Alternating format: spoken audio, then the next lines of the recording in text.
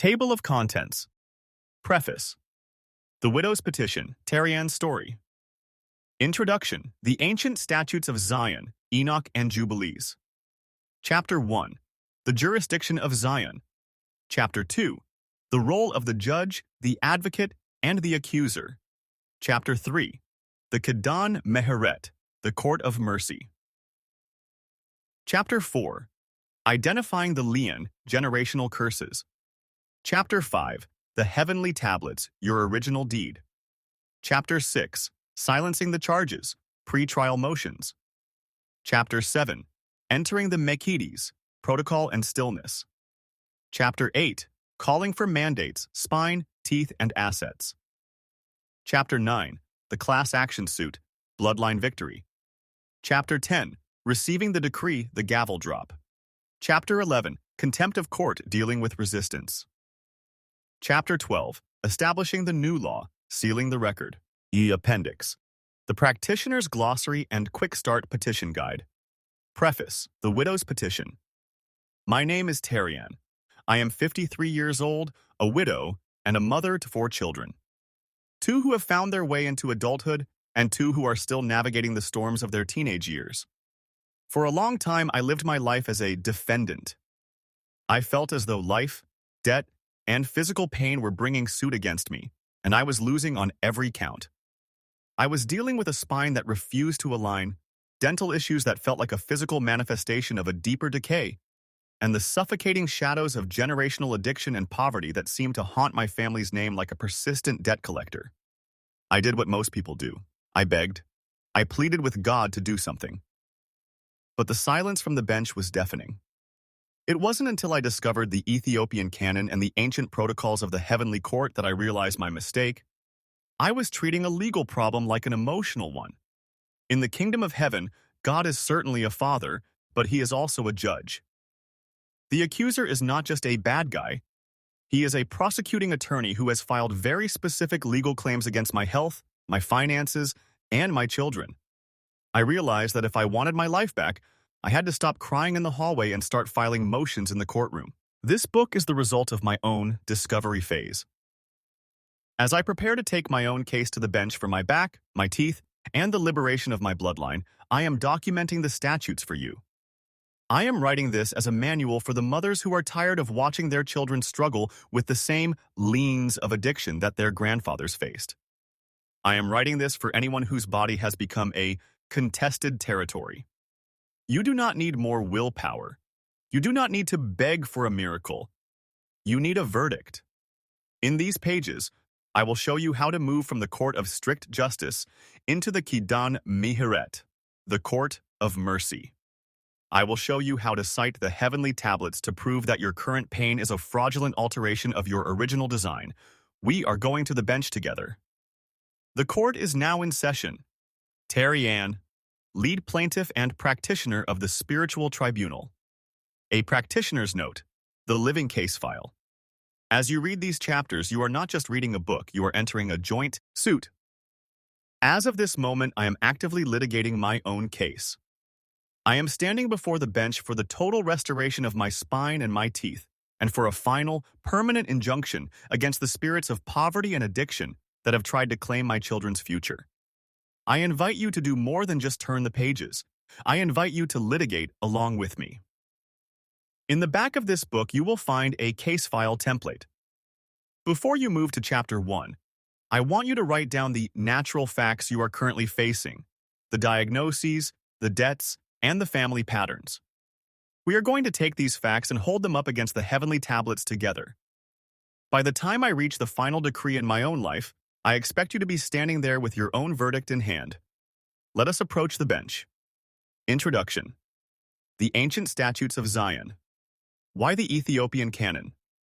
When you enter a courtroom, you must know which law book the judge is using. Most of the Western world is working with a condensed version of the law. However, the Ethiopian Canon, the oldest continuous Christian tradition in the world, contains 81 books, including the Book of Enoch and the Book of Jubilees. These aren't just extra stories. In the spiritual tribunal, these books serve as the constitutional law of the heavenly realm. They provide the missing chapters on how the court was formed, how the accuser lost his standing, and how the heavenly tablets are maintained. The two major law books of the tribunal. To understand your case, you must understand the two primary statute books we will cite throughout this manual. 1. The Book of Jubilees, the Book of Division. In the Ethiopian tradition, this is known as Kufale. It is the land registry of heaven. The legal significance. This book reveals that everything, time, nations, and even your physical body, was divided and assigned according to a specific plan. The heavenly tablets. Jubilees is where we find the primary evidence that God keeps a meticulous filing system. It proves that there is a written record of your original design that predates your current problems. 2. The Book of Enoch, the Book of the Watchers. This is the criminal procedure manual of the spirit realm. The legal significance. Enoch provides the transcript of the first major class action suit in history. It describes the judgment of the Watchers, fallen entities, and sets the legal precedent for how they are bound and silenced. The writ of ejectment. We use the Book of Enoch to show that these entities have already been sentenced. When you command a spirit of addiction or infirmity to leave, you are simply enforcing a sentence that was passed thousands of years ago. The Kidane Meheret, the Supreme Treaty. The heart of the Ethiopian tradition is the Kidane Meheret, the Covenant of Mercy. This is a specific legal treaty between the Creator and the advocate. The treaty terms. It states that because of the advocate's sacrifice, the judge is legally bound to hear the petitions of those who approach under this specific covenant. Your protection. This treaty is what allows a widowed mother of 4 to stand in the same courtroom as the most powerful angels and demand justice. It is your diplomatic immunity. How to use this introduction. Do not feel like you need to become a scholar of ancient gaze or a theologian to win your case. You only need to know that the law is on your side. These ancient books are your case law. They prove that the court has ruled in favor of people just like you before, and because God is a just judge, he must do it again for you. The Practitioner's Declaration. I acknowledge the statutes of Zion. I recognize the authority of the heavenly tablets as revealed in the ancient canon. I am not a stranger to the law. I am a citizen of the covenant. Chapter 1. Beyond the bench. The jurisdictional shift. Most believers approach God solely as a father. While this is relationally true, it is legally incomplete. When you are dealing with a spirit of infirmity or a principality of deception, you are dealing with a legal opponent who has filed a claim against you. A father comforts you in your affliction, but a judge removes the affliction by revoking the enemy's legal right to be there. The prayer room versus the courtroom. In the prayer room, we focus on our need. In the courtroom, we focus on our rights and the evidence. The position of the petitioner. You are not an intruder. You are a citizen heir, appearing before the Supreme Bench to resolve a dispute. The architecture of the court. 1 Enoch 14. To file a petition effectively, you must visualize the venue. The Ethiopian Canon, specifically 1 Enoch 14, provides the blueprints of the High Court. This isn't just imagery, it's the atmospheric requirement for absolute truth. The walls of hailstones and crystal. Enoch describes a structure built of hailstones and walls of crystal. In celestial law, crystal represents total transparency. In this court, discovery is automatic. Nothing can be hidden. If there is a hidden sin or a secret legal lien, an open door, in your bloodline, the crystal environment will bring it to the surface so it can be settled. The tongues of fire. The court is surrounded by a flaming fire. This fire serves as a security perimeter. It consumes any false evidence or deceptive arguments brought by the accuser. Only that which is legally sound and backed by the blood of the covenant can pass through this fire to reach the bench. And the sea of glass. The floor of the court is a state of perfect stillness. This is why the petitioner must be still, Psalm 46:10. Anxiety and emotional turmoil are contemptuous in this court. They suggest you don't trust the law. You must stand on the sea of glass, the place where the natural fact is subordinate to the divine verdict. The environment of absolute truth. In an earthly court, the best liar often wins. In the spiritual tribunal, the environment itself is absolute truth. The bench, occupied by the Ancient of Days. The witness stand, occupied by the cloud of witnesses, Hebrews 12. The docket, your life's purpose as written in the heavenly tablets. The goal of Chapter 1, to move the reader out of hopeful wishing and into judicial poise. By the end of this chapter, the reader should feel the weight of the gavel and the reality of the crystal floor beneath their feet. In Chapter 2, we move from the where, the courtroom, to the how, the law.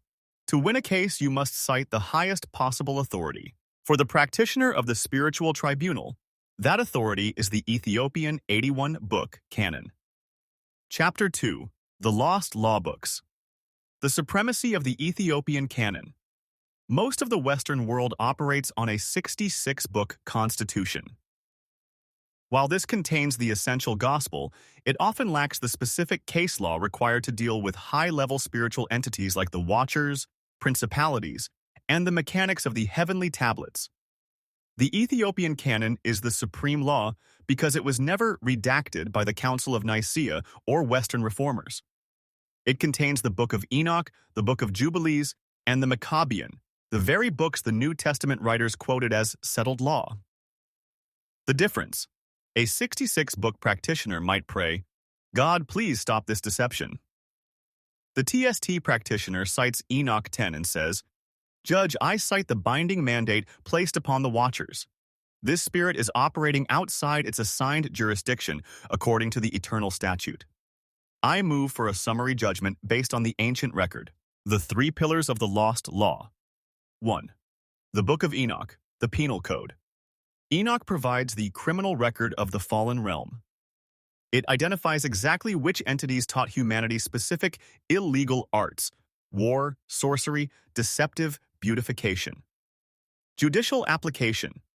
If you are fighting a specific infirmity, Enoch helps you identify if you are dealing with a spirit of the giants, the Nephilim spirits, which require a different legal approach than a common temptation. 2. The Book of Jubilees, the probate court and timeframes. Jubilees is known as the Little Genesis, but in a legal sense, it is the book of divisions and jurisdictions. The Legal Act. It details the heavenly tablets where every man's deeds and the destiny of nations are recorded.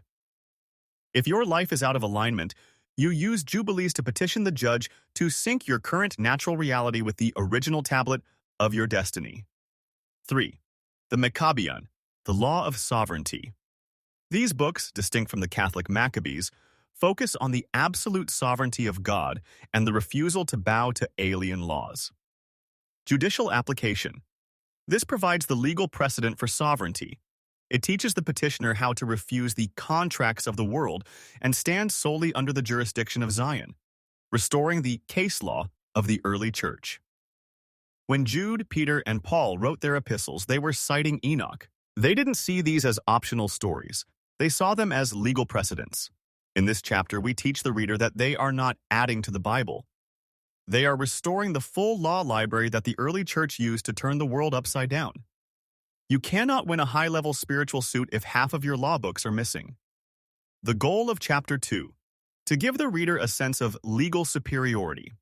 They should realize that they now have access to classified statutes that the accuser was hoping they would never find.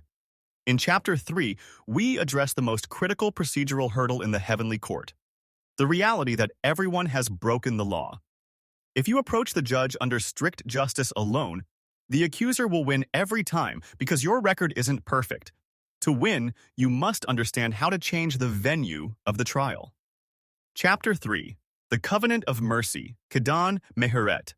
The 2 benches, justice versus mercy. In the Ethiopian tradition, the Kedan Meheret, Covenant of Mercy, is not just a sentiment, it is a formal statute of grace. There are 2 benches in the spiritual tribunal. The bench of strict justice, where every deed is weighed against the letter of the law. The bench of mercy, where the blood of the covenant, the settlement, covers the breach of the law. The judicial strategy. The practitioner must learn how to file a motion for venue change, You are asking the judge to hear your case not based on your perfect performance, but based on the Canon covenant that was established between the Creator and the advocate, the statute of grace. Grace is often misunderstood as permission to break the law. In the spiritual tribunal, grace is actually the payment of the fine. The legal precedent. Jesus, the paraclete or advocate, has already entered a guilty plea on behalf of humanity and paid the maximum penalty. The application. When you cite the Kidani Meheret, you are telling the court, the fine for the sin in my bloodline has already been paid. Therefore, the enemy's lien, the infirmity or deception, is now illegal debt collection. The role of the advocate, the parakletos. In natural law, an advocate is your lawyer. In the spirit, Jesus is the chief defense, counsel. His strategy. He doesn't argue that you didn't do it. He argues that he already served the sentence. The Ethiopian lens. The Ethiopian Canon emphasizes the intercessory nature of the covenant. It teaches that the judge wants to rule in your favor, but he is bound by his own laws of justice. The Kidan Meheret gives the judge the legal loophole. He needs to release your healing without violating his own holiness. Moving the case. To move your case to the court of mercy, the petitioner must perform a specific legal act. The corporate confession. You aren't just saying sorry, you are formally agreeing with the charges so that the advocate can immediately apply the settlement. Once you agree that the debt was real, the advocate can prove it was paid. If you deny the debt, self-righteousness, you remain in the court of strict justice, where the accuser has power. The goal of Chapter 3. To remove the reader's fear. By the end of this chapter, they should realize that their past mistakes cannot stop their restoration, provided they know how to invoke the covenant of mercy. In Part 2, the discovery phase, we shift from our own representation to the opposition. In any legal system, discovery is the phase where you find out what evidence the other side has. Chapter 4 exposes the identity and the case file of your opponent. Chapter 4. The prosecuting attorney. The legal identity of Hey Satan. In the Western mind, the devil is often seen as a red monster or a chaotic force of evil. However, in the spiritual tribunal, his role is strictly clinical and judicial. The Hebrew term Hai Satan literally means the adversary or the prosecutor. He is a courtroom creature. He doesn't just attack, he files motions. According to Wern Enoch 47, the fourth voice heard by Enoch was that of the Phanuel, who was fending off the Satans and forbidding them to come before the Lord of Spirits to accuse them that dwell on the earth. The jurisdiction. He is the accuser of the brethren. His goal is not to kill you, it is to get a legal verdict that allows him to kill you. The strategy. He looks for breach of contract or sin, or unresolved liens, unconfessed iniquity in the bloodline, how legal rights are established.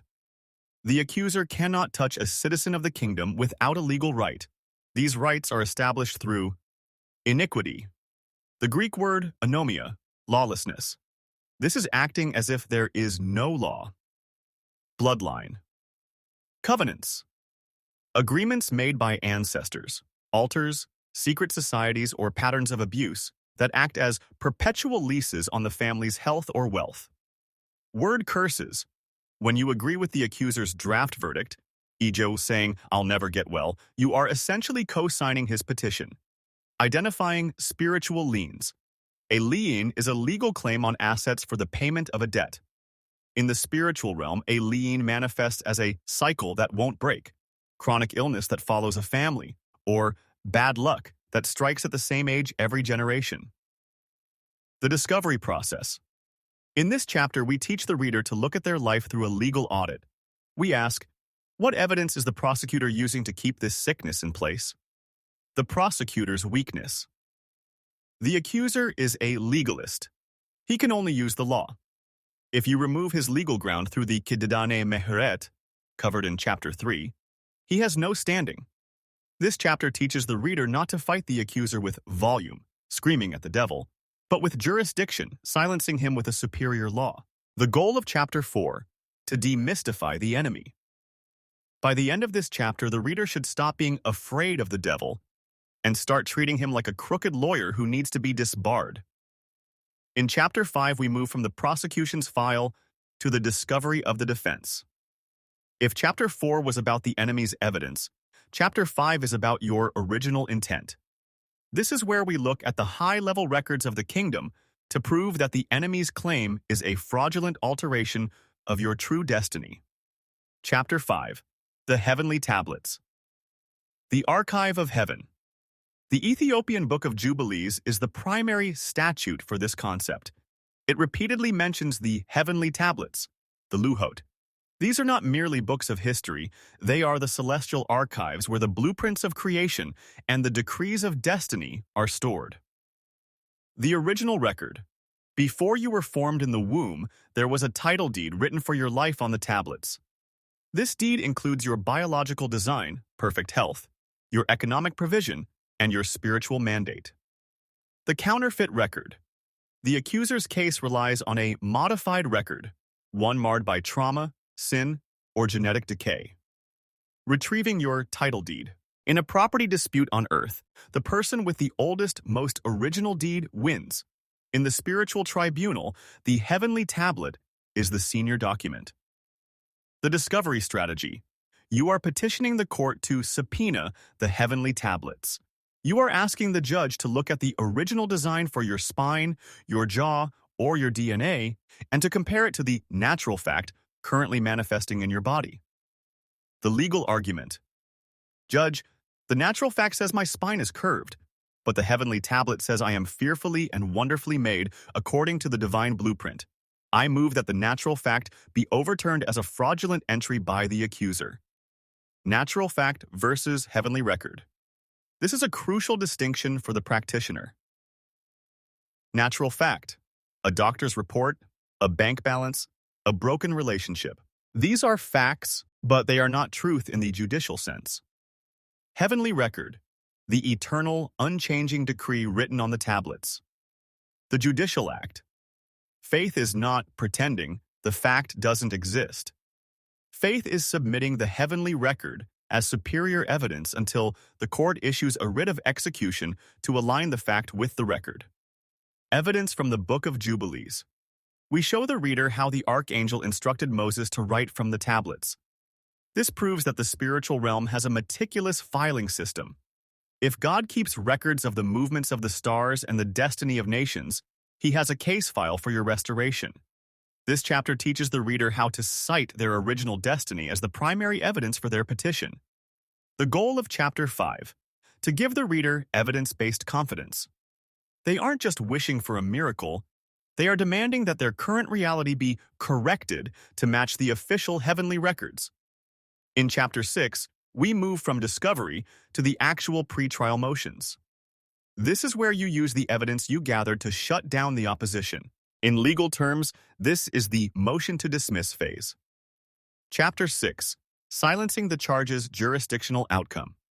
The practitioner will learn how to settle out of court via the plea deal of repentance and how to move for a dismissal of all active charges. The power of the plea deal, repentance as legal maneuver. In many religious circles, repentance is seen as an emotional groveling. In the spiritual tribunal, it is a clinical, high-level legal maneuver. When you repent, you are entering a plea of no contest. By agreeing with the accuser that a law was broken, either by you or your bloodline, you effectively end the trial phase. The accuser can only argue as long as the case is contested. Once you say, I agree, the debt is real, the advocate, Jesus, steps in to present the receipt of payment, the blood. The strategy. You are settling out of court. The moment the debt is acknowledged and the blood is applied, the judge must rule that the debt is satisfied in full. Disbarring the accuser. A disbarment happens when an attorney is stripped of their license because of unethical behavior or lack of standing. According to the Ethiopian Canon, the accuser often operates as a rebel prosecutor. He brings charges he no longer has the right to bring. Identifying illegal tactics. If the accuser is bringing up sins that have already been covered by the Kidan Meheret, Chapter 3, he is committing prosecutorial misconduct. The motion to silence. You must learn to say, Judge, the prosecutor is citing a debt that has been vacated by the court. I move to have these charges stricken from the record and for the prosecutor to be silenced regarding this matter. The cease and desist order. Once the charges are silenced, the accuser's voice, which often manifests as guilt, shame, or the inner critic, must legally stop. If the enemy continues to speak, he is in violation of a celestial injunction. This chapter teaches you how to recognize the illegal voice and how to cite the verdicts of Enoch to remind the accuser of his own bound status. In the Ethiopian Enoch, the watchers are bound in the valleys of the earth until the day of judgment. When you cite this, you are reminding the accuser of his limited jurisdiction. The clean hands doctrine. In equity law, he who comes into equity must come with clean hands. This chapter concludes by teaching the reader how to perform a final audit. Are you holding a grudge? That's a lien. Are you in an illegal contract? That's a breach. The result. By cleaning your hands through the advocate, you ensure that when you move to Chapter 7, the Mekides, there is nothing the enemy can use to pull you out of the courtroom. The goal of Chapter 6. To leave the reader standing in a quiet courtroom. The noise of accusation has stopped. The prosecutor has been sent away. Now, and only now, are you ready to face the judge for your restoration. In Chapter 7, we transition from the legal paperwork to the physical and spiritual appearance. In the Ethiopian Canon, the Mekides, the sanctuary, is not just a place of worship, it is the chamber of the Supreme Council. Chapter 7. Entering the Mekides' jurisdictional outcome. The practitioner will master the etiquette of the heights, moving from the outer courts of emotion into the inner chamber of judicial alignment. The protocol of the presence. In any high-level earthly court, there is a specific way to enter. You don't run in screaming. You wait to be called to the bench. In the spirit, this protocol is known as kidase, sanctification, hallowing. The vesting, putting on the robe. Before entering the Mekides, the petitioner must recognize they are clothed in the robes of righteousness provided by the advocate. You do not appear in your own street clothes, your own merits. The bow of acknowledgement. In the Ethiopian tradition, one bows before the tabo, the representation of the law. Legally, this is acknowledging the authority of the court. You are stating, I recognize that the law of Zion is higher than the law of physics. The language of the bench. Beyond begging. One of the greatest barriers to restoration is the language of begging. Begging is for the streets, petitioning is for the court. Begging implies the judge is reluctant. Petitioning implies the law is certain. We introduce the reader to the gaze judicial vocabulary to shift their internal frequency. Kidan, covenant, citing the binding contract. Gurma, majesty, awe, recognizing the weight of the court which crushes the enemy's arguments. Mekides, sanctuary, understanding you are in a protected jurisdiction where the accuser cannot follow. The sea of glass, achieving zero contempt. According to the description of the throne room, there is a sea of glass before the bench. Glass represents absolute stillness. The legal requirement. If you enter the court with emotional contempt, anxiety, panic, or anger at God, you are polluting the record. The practice. We teach the reader how to achieve sea of glass stillness. You must be as still as the floor of the court so that the judge's voice can be heard clearly. The formal opening of the case. The chapter concludes with the actual opening statement. May it please the court, I, name, a citizen of Zion under the Kidani Meheret, move to open case file, your name, issue. Regarding the restoration of my body part situation, I am here to cite the senior document of the heavenly tablets. The goal of Chapter 7, to make the reader feel properly seated. By the end of this chapter, they shouldn't feel like they are praying into the ceiling. They should feel like they are standing in a vast crystal-walled chamber where the most powerful being in existence is looking directly at their case file. In Chapter 8, we move from the formalities of the court into the execution of authority. This is the core of the manual for anyone seeking physical restoration. You are no longer making a case, You are now requesting a writ, a formal written order issued by a body with administrative or judicial jurisdiction. Chapter 8. Calling for mandates. Jurisdictional outcome. The practitioner will learn to distinguish between a request and a mandate, and how to call for specific judicial orders for biological restoration, specifically targeting the skeletal and nervous systems. The anatomy of a mandate. In the spiritual tribunal, a mandate is a directive from the bench that the natural realm is legally bound to obey. While a petition is what you say to the judge, a mandate is what the judge says to the situation. The basis. It is rooted in the heavenly tablets, chapter 5. The authority. It is signed by the Ancient of Days. The enforcement. It is carried out by ministering spirits, angels watchers, who are the officers of the court. The mandate of regeneration, the biorestoration order. This mandate is specifically for those whose natural facts include structural decay, such as a curved spine, a misaligned jaw, or missing bone density in the teeth. Citing the prototype. You are not asking for a patch. You are calling for a restoration to the prototype. You cite the original DNA record written on the tablets before the counterfeit record of trauma or genetics took over. The command to the cells.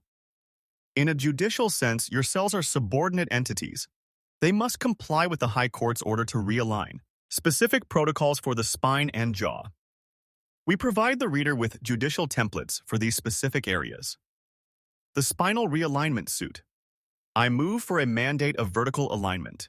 I cite the statute of creation, that my frame was not hidden from thee when I was made in secret.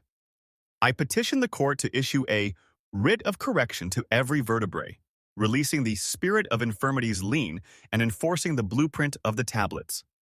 The jaw and dental restoration suit. I petition for a mandate of structural integrity. I move that the gingival and bone archives be opened, and that the natural jawline be brought into compliance with the celestial design. I authorize the officers of the bench to oversee the biological shifts required. I petition for a mandate of structural integrity. I move that the gingival and bone archives be opened, and that the natural jawline be brought into compliance with the celestial design. I authorize the officers of the bench to oversee the biological shifts required. The mandate of activation. Many practitioners have frozen assets, biological or spiritual gifts that are present but dormant. The legal act. This mandate serves as a court order to unfreeze. It activates dormant stem cells, dormant neural pathways, and dormant spiritual authority that the accuser has tried to keep in probate. The restraining order, the injunction. Before the building can be repaired, the vandals must be removed. The injunction. You call for a supernatural injunction against the spirit of decay and the devourer. This legally prevents the enemy from filing a stay or continuing to cause inflammation while the work of regeneration is underway. The goal of Chapter 8. To move the reader into the drafting room. By the end of this chapter, the reader should have a specific written writ of restoration that they are prepared to present for the judge's signature. In Chapter 9, we move from the individual's small claims to the class action suit. This is where the practitioner realizes they aren't just an isolated plaintiff. They are a representative of a bloodline. This chapter is vital for anyone who feels they are fighting shadows or cycles that preceded their birth. Chapter 9. The class action suit. Jurisdictional outcome.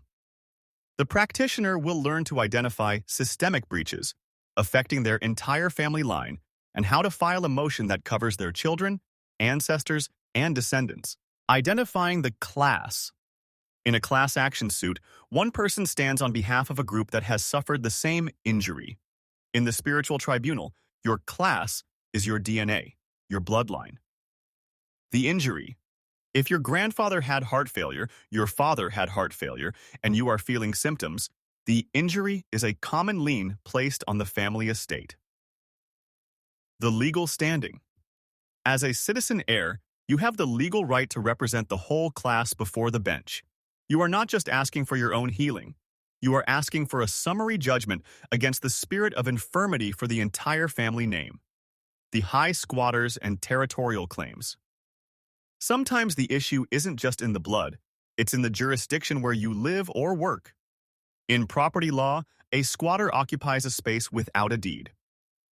The adverse possession, spirits of poverty or addiction often squat in a household or a city for generations. They claim they have a right to be there because nobody has filed an eviction notice. The writ of ejectment. You will learn to use the Book of Enoch and Jubilees to prove that the title deed to your home and territory belongs to the Kingdom of Zion. You file a motion to have the officers of the bench, the watchers, forcibly remove the squatters. Corporate intercession as co-counsel. There is a legal power in joinder, the joining of two or more legal issues or parties in a single charge. The law of two or three. When you bring a co-counsel, a spouse, or a prayer partner into the tribunal, you are increasing the weight of the testimony. And we teach the reader how to agree, not just emotionally, but judicially, so that the court sees a unified front. The settlement for the next generation. Chapter will ensure that your children never have to step into this specific courtroom. The final decree. You are asking the judge to seal the record for your descendants. You move that the Kidan Meheret, the covenant of mercy, be applied as a permanent protective order over your bloodline. The goal of Chapter 9, to expand the reader's vision. They are no longer just fighting for their own back or their own jaw. They are fighting to clean the title deed for everyone who carries their name. In Chapter 10, we reach the quiet room of the proceedings. After the arguments have been made and the evidence has been presented, the court moves into the deliberative phase. This chapter is about the art of receiving the official ruling. Chapter 11, Receiving the Decree Jurisdictional Outcome. The practitioner will learn the discipline of waiting for the bench and how to recognize the moment a spiritual petition becomes a legal decree, the gavel drop of the Ancient of Days. In Daniel 7:22, a specific judicial moment occurs. Judgment was given in favor of the saints of the Most High. In the spiritual tribunal, there is a distinct moment when the judge ceases to listen to the case and begins to speak the sentence. The verdict of favor. This is the drop of the gavel.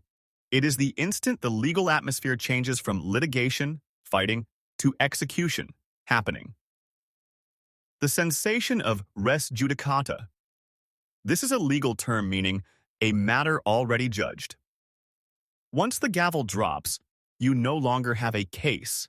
You have a result. You must stop praying for it and start possessing it. The protocol of silence. The Ethiopian Canon often describes the celestial realm falling into silence before a great move of God. The waiting room. On earth, after a trial, you wait for the written opinion.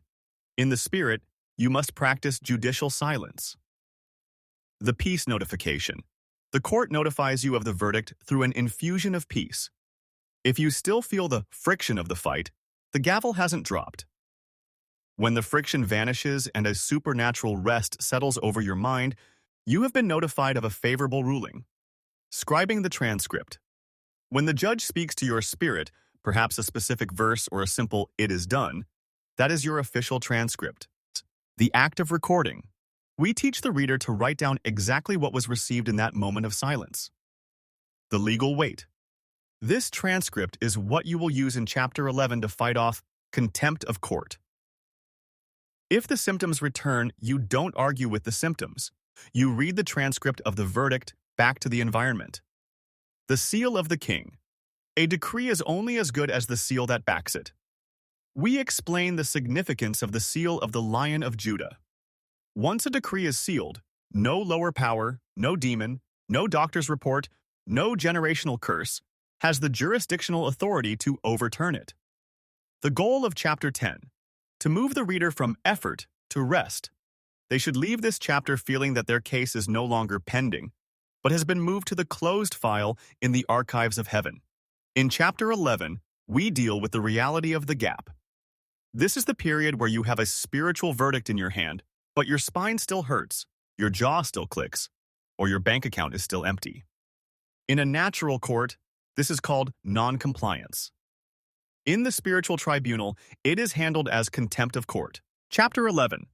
Contempt of court. Jurisdictional outcome. The practitioner will learn to identify illegal resistance from the natural realm and how to petition the judge to send enforcement officers to compel obedience to the decree. Defining the offense. What is contempt? Contempt occurs when a lower entity, a spirit of infirmity, a biological cell, or a financial circumstance, ignores a direct order from the high court. The legal shift. You must stop viewing the persistent symptom as a lack of faith and start viewing it as a criminal act of defiance. The reality. If the Ancient of Days has issued a mandate of regeneration and your body is still manifesting decay, that decay is now in contempt of Zion. The role of the officers of the bench. A judge does not leave the bench to enforce a ruling. They dispatch bailiffs, marshals, and sheriffs. In the Ethiopian Canon, these are the watchers, egregori, and the host of heaven. The enforcement petition. You do not re-argue your case. Instead, you file an affidavit of non-compliance. The prayer of enforcement. Judge, I notify the court that the spirit of infirmity is in contempt of the decree issued on date.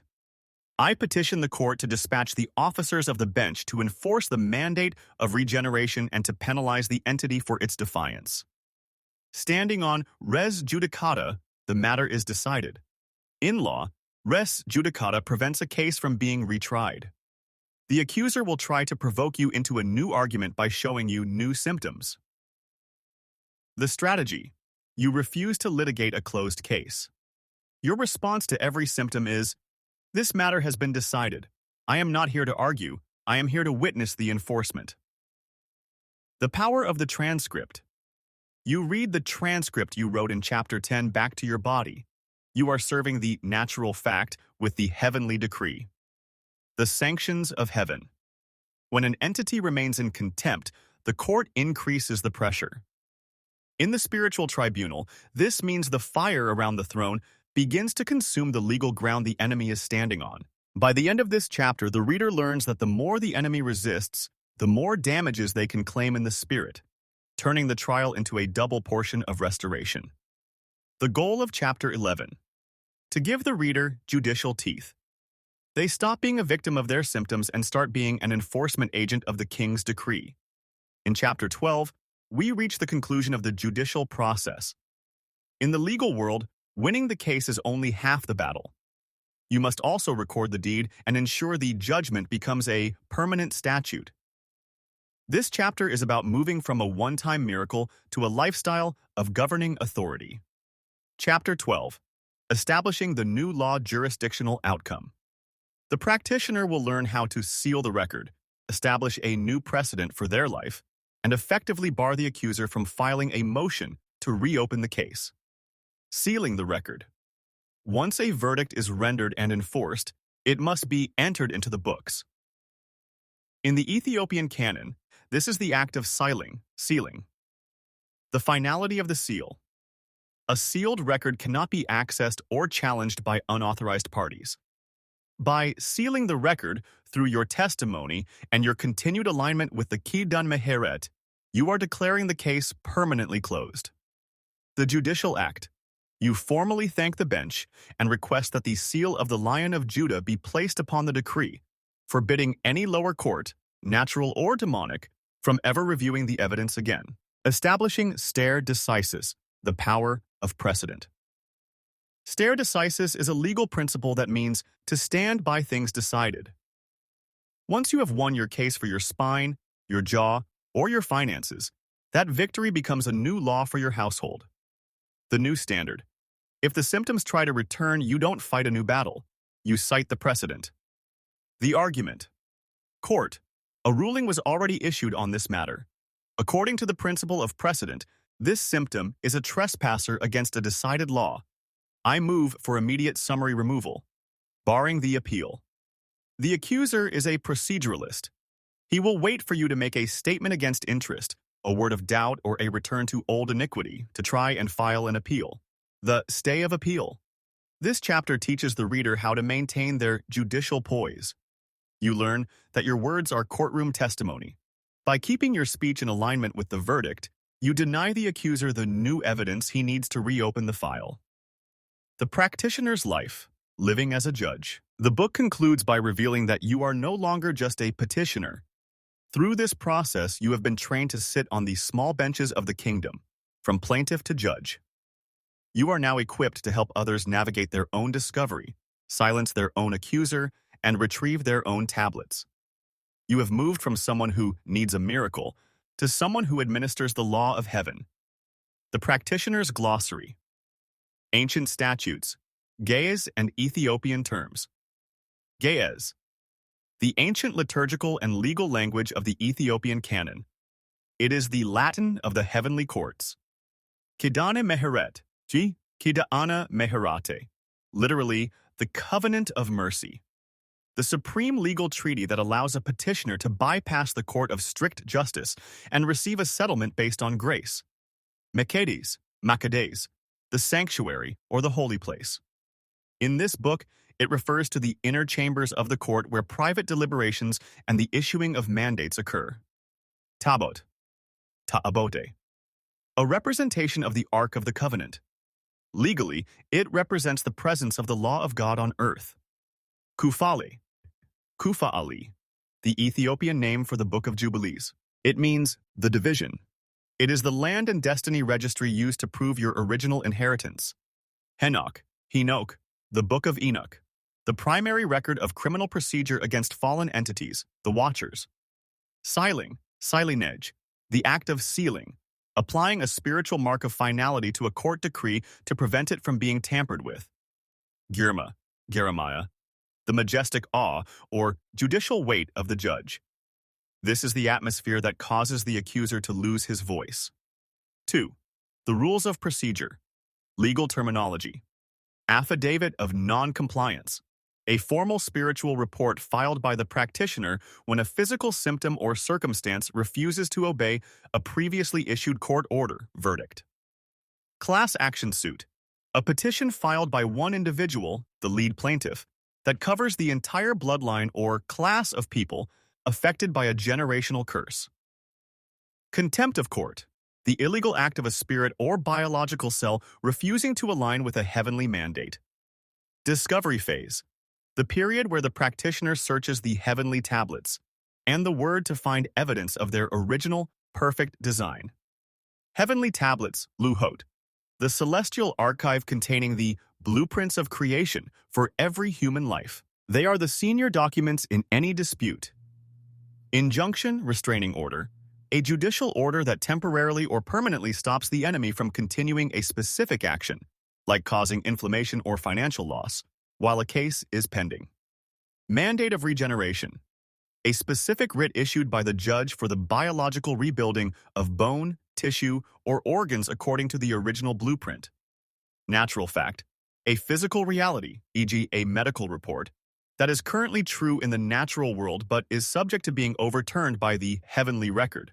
Precedent, stare decisis, a previous ruling by God in the Bible or in your own life that dictates how the current case must be decided. Res judicata, a legal doctrine meaning the matter has been judged. It is used to silence the accuser when he tries to bring up an old, settled sin or debt. Summary. Judgment. A ruling given by the judge immediately because the evidence is so lopsided that a full trial is not necessary. Writ of ejectment. A legal order to the officers of the bench, angels, watchers, to forcibly remove a spiritual squatter from a person's body or home. The final decree of the book. The final page of the book is not the end sign, but a proclamation. It is a formal document the reader signs, stating they have understood the laws of the tribunal and are now walking in their full jurisdictional rights. The final decree of the tribunal in the High Court of Zion. Jurisdiction. The Kidane Meheret, Covenant of Mercy. Case status. Judgment rendered. Record sealed. I. Declaration of standing. I. The petitioner, having presented my case before the Ancient of Days, do hereby declare that I have moved out of the jurisdiction of the natural fact and have taken my seat within the jurisdiction of the heavenly record. 2. Acknowledgement of the statutes. I certify that I have reviewed the statutes of the Ethiopian Canon, including the Book of Enoch and the Book of Jubilees. I accept these as the constitutional law of my estate. I acknowledge that my DNA is no longer subject to generational liens, but is governed by the original blueprint written upon the heavenly tablets. 3. Summary of the verdict. By signing this decree, I acknowledge the following rulings have been issued on my behalf. A writ of ejectment has been served against every spirit of infirmity, addiction, and poverty occupying my bloodline. A mandate of regeneration is now active within my physical frame, including my spine, my teeth, and my vital systems. A permanent injunction is in place barring the accuser from filing an appeal based on past iniquities.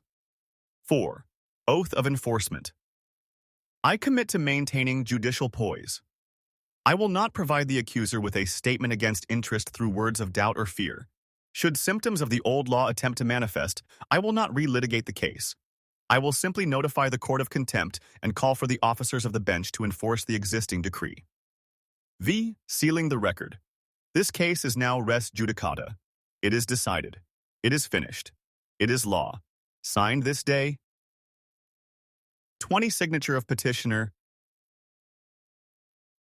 Countersigned by the advocate, the Lion of Judah, the practitioner's compliance journal. Title: Evidence of execution. Case name, e.g., Spirit of Poverty. The mandate log. Record the specific date and time you received your verdict of peace in the courtroom, i.e., Chapter 10. Date decree issued, specific statute. Cited, e.g., by his stripes I am healed, or the law of the Spirit of life. The mandate called for, e.g., regeneration of the L4 vertebrae and restoration of the jawline. 2. The evidence tracker. Do not look for the problem. Look for compliance. Record even the smallest shifts in the physical or financial realm. 3. Contempt notices filed. If symptoms return or the accuser tries to resist the order, log your notification of contempt here. This keeps you in a position of authority instead of a position of fear. Date of resistance.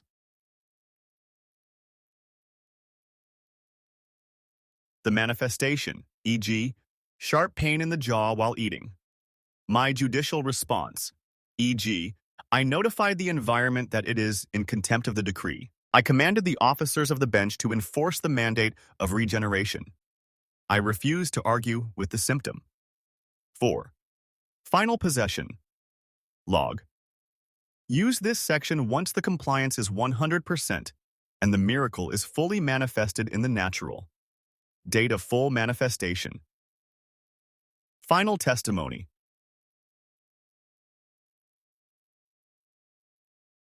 Status. Case closed. Permanent precedent. Established a note from Terrian to the practitioner. In the beginning, your eyes will want to focus on what hasn't changed. The compliance. Journal forces your spirit to focus on the legal reality that is currently being enforced. As a mother of 4, I had to learn to stop reporting the bad news and start logging the legal progress.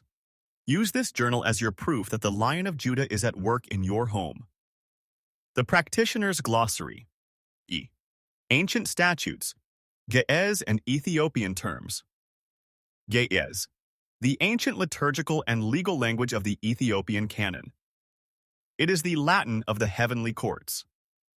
Kidan Meheret. Kida'ana Meherate. Literally, the covenant of mercy. The supreme legal treaty that allows a petitioner to bypass the court of strict justice and receive a settlement based on grace. Mekades, Makadazi, the sanctuary or the holy place. In this book, it refers to the inner chambers of the court where private deliberations and the issuing of mandates occur. Tabo, Tabote, a representation of the Ark of the Covenant. Legally, it represents the presence of the law of God on earth. Ta Kufale, Kufali, the Ethiopian name for the Book of Jubilees. It means the division. It is the land and destiny registry used to prove your original inheritance.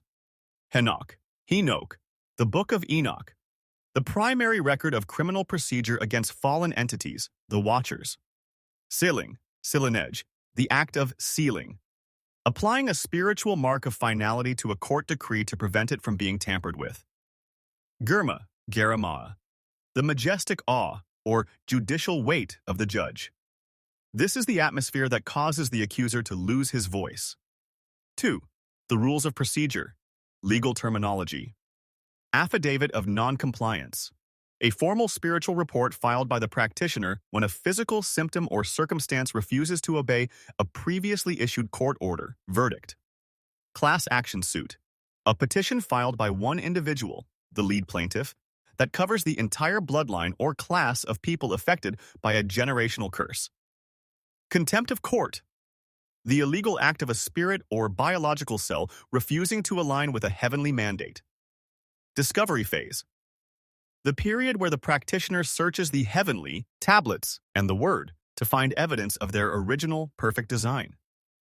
Heavenly tablets, luhot, the celestial archive containing the blueprints of creation for every human life.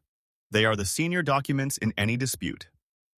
Injunction, restraining order, a judicial order that temporarily or permanently stops the enemy from continuing a specific action, like causing inflammation or financial loss, while a case is pending.